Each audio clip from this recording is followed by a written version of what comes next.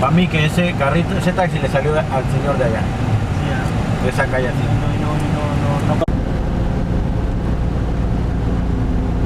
Okay, Igua told us a moment ago we're traveling along the Caribbean side of Panama. Yes.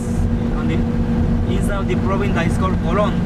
Colon Yeah. province, and while this is the dry season, it gets rain because number one, the weather comes from that direction this way, and then to our right are mountains, and the mountains block the weather from going over the top, and so it rains a lot here, and it doesn't rain as much on the Pacific side.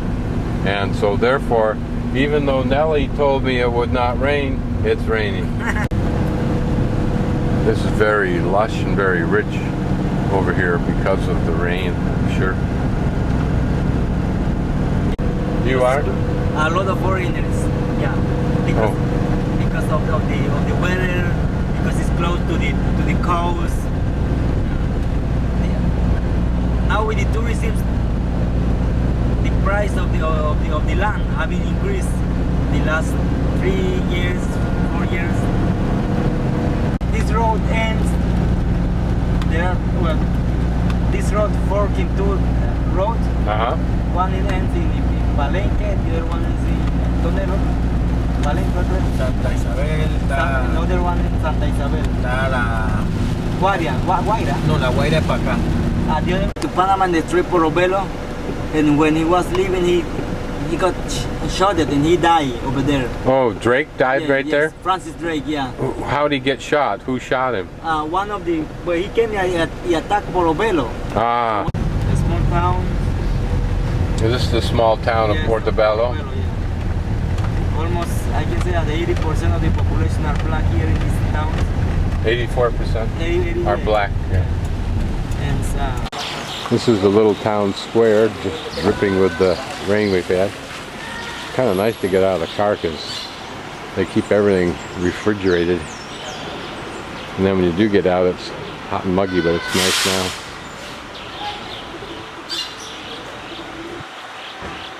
We're going to go and see a video here, and then we'll go look at the fort. And final voyage on the 2nd of November in 1502. This is the local canoa. Looks like it's made out of wood, hand hewn, it looks like. Okay, this is the orientation of the fort then that we're going to go into right now. This was the main fort in town in Portobelo. There were two other forts, one behind me, and then there would have been one, excuse me as I pan around, one back over there somewhere, so that the entry into this whole area was way up there somewhere. So the two different forts created a crossfire against any ships coming in. 58.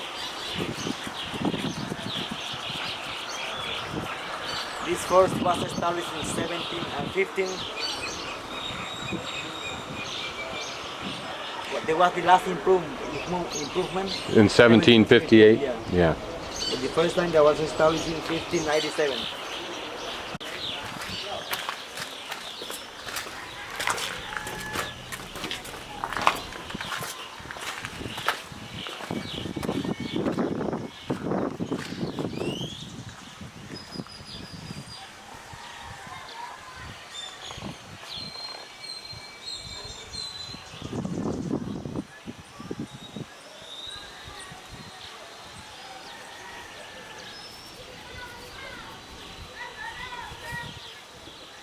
Those were rooms for soldiers. The rooms for soldiers. Okay.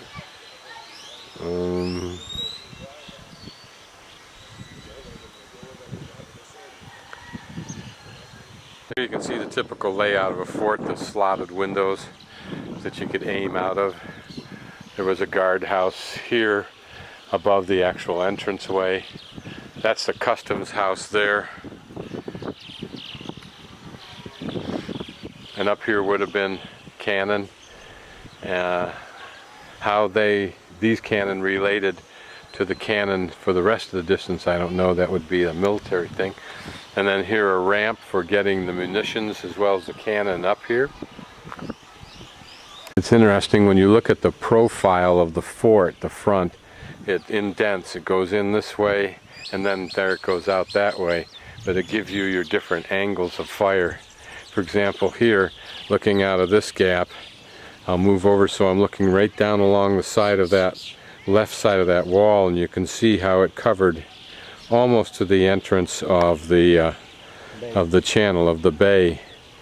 But you could still swing it around to the right and continue to get a field of fire on the ships. I'm going to walk along just so you can see the field of fire out through one of these particular ports. So everything you're seeing move was where that cannon could be swung until it was about right there, and that was the end of the field of fire.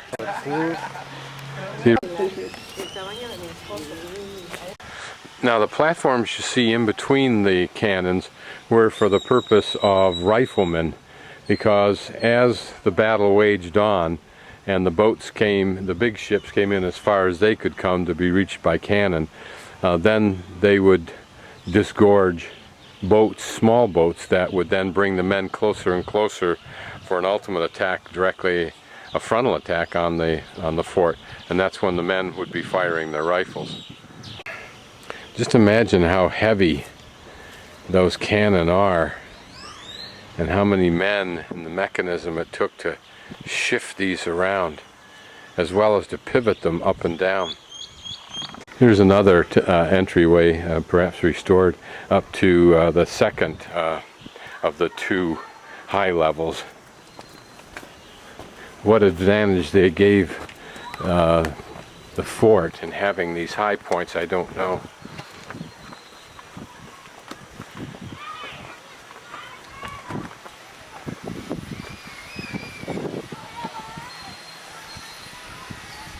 And presumably there were other structures over here for some purpose.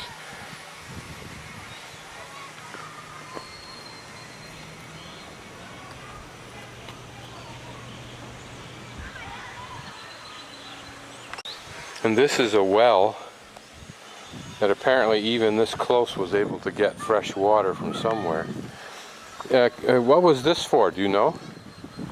Sometimes they have, I don't know what, some of the buildings I have seen in San Lorenzo, they get all the, they collect the drinking water. They have a kind of filter and leads the water to the well. So this is thought to have been actually a filter where the water first passed in here and then passed into there, not so much as a well but as a cistern. And here an even larger cistern, because water, of course, was the thing that was critical.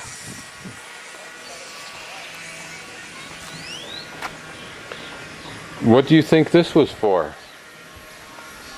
I remember Okay, we're now down in that lower part, and it looks like it's well designed to be something.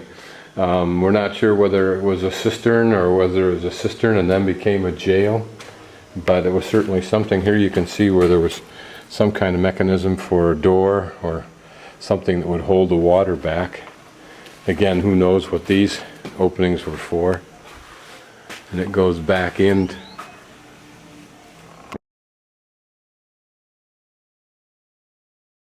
So in 1596, Francis Drake made a direct attack on this fort and defeated it. Defeated before to be officially established. This. Then a year later, it was officially established. Vermont also. Sometime later, Henry Morgan did what would seem, in hindsight, to have been the smartest move. Because remember, there was a fort over there and another fort down there, and then there was this fort here. And Henry Morgan's strategy was, behind that point, he went overland, had somebody explode or blow up with munitions that first fort, defeated its ability, and then he attacked from around in behind. And the irony of that strategy is it's exactly the same kind of thing that Hitler did to the French Maginot Line in the Second World War. The French thought they were absolutely impregnable until Hitler just simply went around them.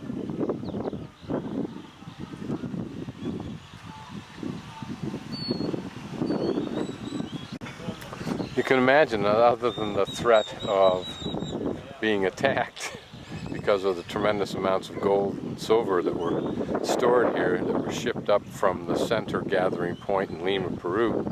This was a very pretty place to be. There was probably much activity.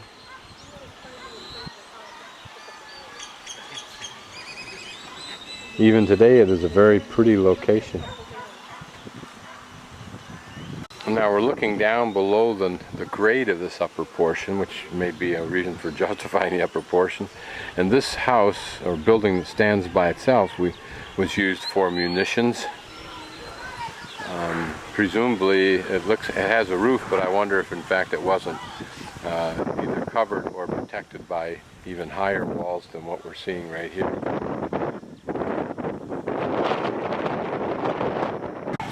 We're outside the fort right now. We're just moving over towards the church, but it's interesting to note those walls that you see on the right and even that bridge are very old.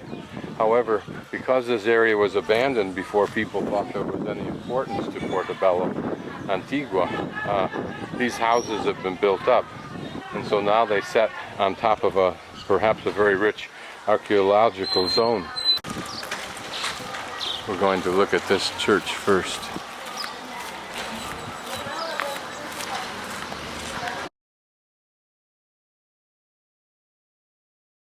This are costumes, if you will, worn by the statue in the church that we'll visit in a few minutes ago called the Black Christ, or Cristo Negro. And the story goes that this statue was en route from Portobelo to Colombia, but each time that the statue in the boat that it was in tried to reach Colombia, 4 times in a row it was struck by storm and had to turn back. The 5th time it was also struck by storm, but so severely that the captain ordered everything else in the ship thrown overboard, including the Black Christ. And as soon as that was done, the storm subsided and the boat was safe again.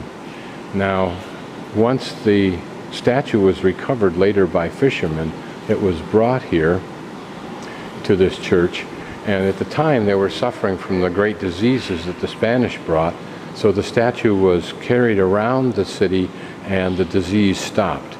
And that's the story behind the Black Christ. So on October 21st is that day of celebration here of the Black Christ, and it's a great time of fiesta where many people come to offer to the Christ and to seek benefits from the Christ. And this is the original statue here. And you see, once again, cloaked in a unique garb.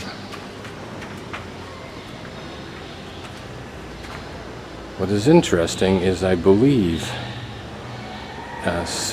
northeast of Poland's Krakow is a similar story of a Black Christ, but it's, I believe, in the form of a tapestry. So like a poor person may donate a candle, a wealthy person may donate that costume and the others that we saw.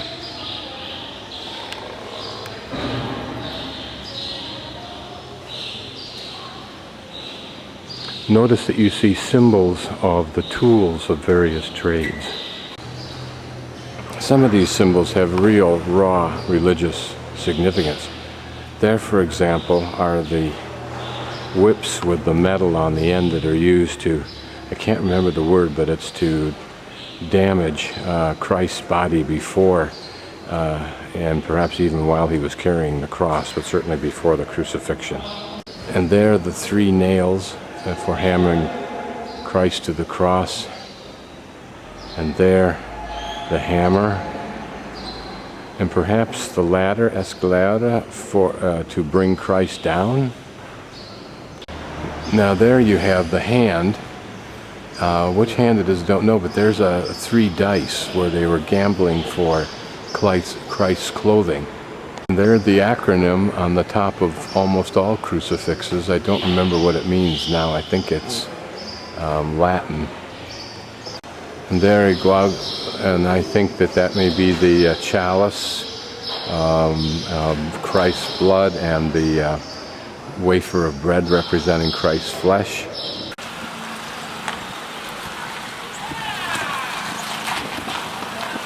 The doors are large in this church, believe it or not, because the wealthy, there were two doors on either of the sides we can't see, and the wealthy would actually ride their carriages in, get out, and then ride out the other side. Not too far in the future, my guess is that not just small tour vans like this, but big ones will be here. Just a little pan around this small community. Right now it's probably a balmy 80, 85. Not at all unpleasant, enough clouds in the sky to block some of the sun and a nice breeze. These are pretty embroidered work done. It's made for Kuna Indians.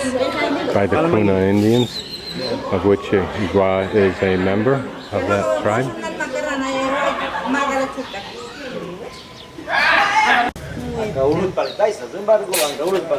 Okay. So these, I would get two of these, one for Marion and one for me. And I will pay this lady for them. Okay, this gives up the better view. Right in the lower left is the area we just visited, right in Portobelo. A little bit further up, not more than probably 6 inches on this diorama, is that little fort that was blown up with explosives. And then over on the right-hand side, you may be able to see the other fort that Morgan basically neutralized by going around the left side and coming in from behind Portobelo. Here's some of the old artifacts, old typewriter, classic set of scales. This is interesting because it's the rusted remains of a sword that must have been found. So again, this reflects different periods of construction. Obviously the lowest one, the first, and the second.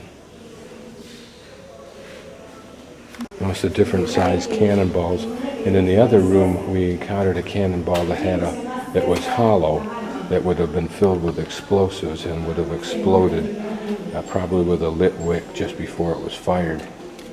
Just a shot of an old print indicating how people traded off the boat. So now we're walking up to the road to that, what we call a smaller fort. And there's some of the remnant walls behind us there. Exactly, oh yeah. I've shifted exactly across the street now to show how the remains here, how the fort went right up the hill, in fact. And then lastly, we're walking down right behind that man in the white t-shirt. This is kind of an interesting drawing. The lower portion is actually the view that a bird might have looking down, I think. But the upper portion of the same building represents the area that's above us. I think that's how that lays out. There's another example of how it lays out. Actually, it is correct the way it's laid out on the other map. So the layout here is the part at the bottom was the part that was facing the bay, and the rest of it went across the road. We're standing on an upland. These are old American school buses that have been bought and brought down here. Sometimes upgraded, not, but richly painted and named, and they're all over Panama City and all over Panama. Just by way of note, those buses are called El Diablo Rojos, the Red Devils, because they drive as fast as they can and they don't care.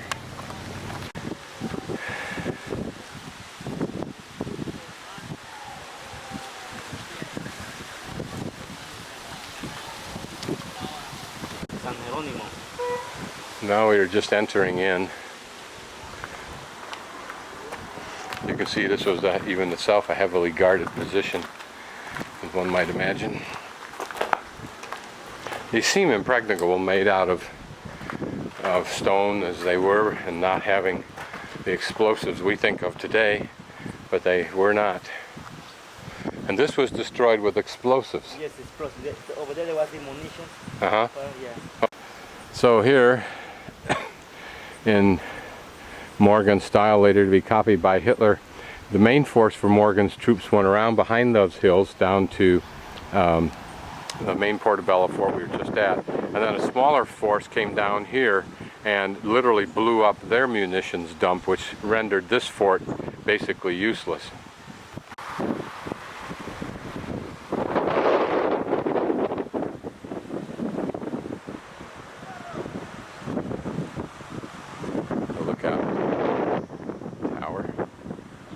Again, you can see the vantage point from both the elevation and this position. Notice how the guns are pointed.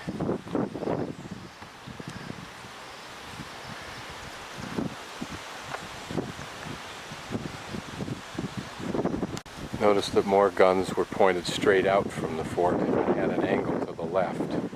And across the bay now, I'll tell a photo to it, that is where that other fort was. So it was thought that between that fort and this one, all ships could be caught in a crossfire and be destroyed. But if they made it through and were able to travel further down, then not too much farther down, because we just walked from it, was the main fort. In fact, if you look just directly above the point of that green tent, you'll see the church, and so to the front and to the left of that a bit was where the main fort was. And here another obvious structure had been carved out of the soil and constructed, and that was a pathway here for taking materials, guns, ammunition, food, so forth, into the fort from the sea. And you may have noticed in some of the rock I've been panning that there's coral used to create this also. And the coral probably would have been good as a substructure, but probably, I don't know whether it was like foam and a cannonball would just get its power absorbed, or whether it would shatter, I don't know. And notice the top of that wall has nicely worked stone. If it had been preserved, it would have been very pretty looking, but then here it has all the elements of the sea and the weather. Here's we're inside here. Notice it has the same kind of ports. Notice how they're slotted. Almost all forts you see will be like this. They're slotted so that you can move your weapon around and get a different field of fire. Here we're in a nearby restaurant with some artifacts, and across the street is a very nice looking home owned by this man who is wise and has the money to take advantage of the tourist opportunity, which this large table indicates for large groups. But a very beautiful sight here. It would be a pretty place to live if you had a reason to be here, and high-speed internet access.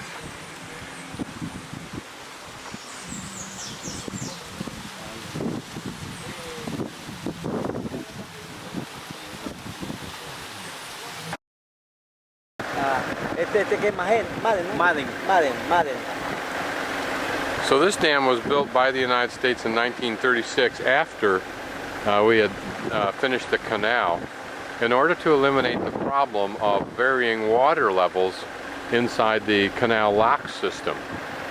For example, sometimes the water level would fall, probably during seasons, and the locks did not have sufficient water. So now with this dam, there's sufficient water backed up in this reservoir that by adjusting the flow, it can actually adjust the water levels.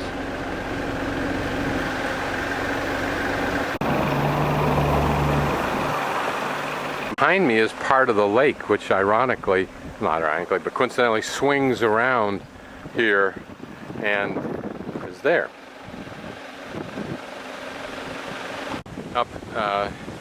Igua tells me that this dam provides about 44% of the water necessary for the lock system. I assume that's when things are not good, rain-wise in the area, although this is an extraordinary year with a lot of water, so it's not used much. But also provides water, drinking water for the city of Panama, and also the power goes to the city of Panama.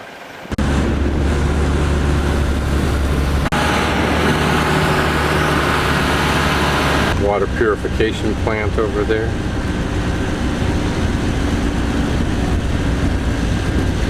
10% more or 7% more.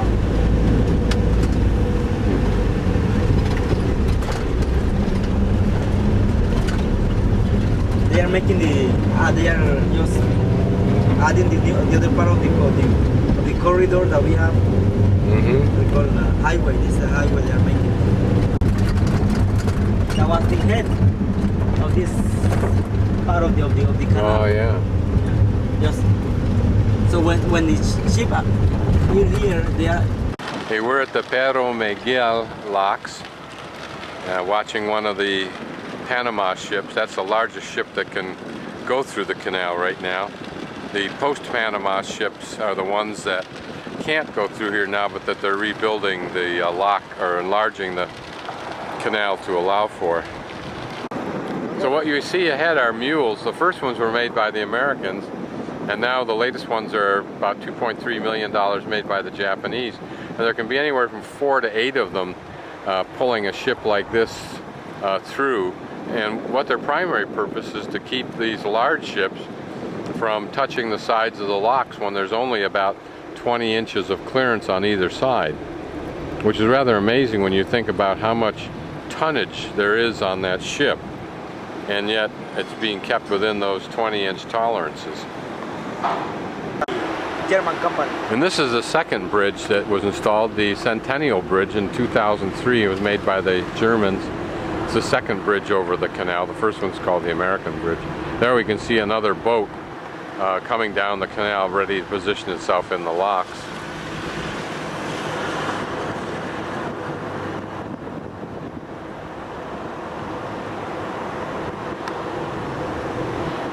Put it back.